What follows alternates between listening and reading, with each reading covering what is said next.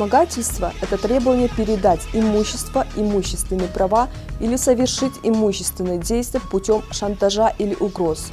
Эти действия считаются преступлением, согласно статье 208 Уголовного кодекса Кыргызской Республики, и наказываются лишением свободы на срок от 7 до 10 лет конфискацией имущества.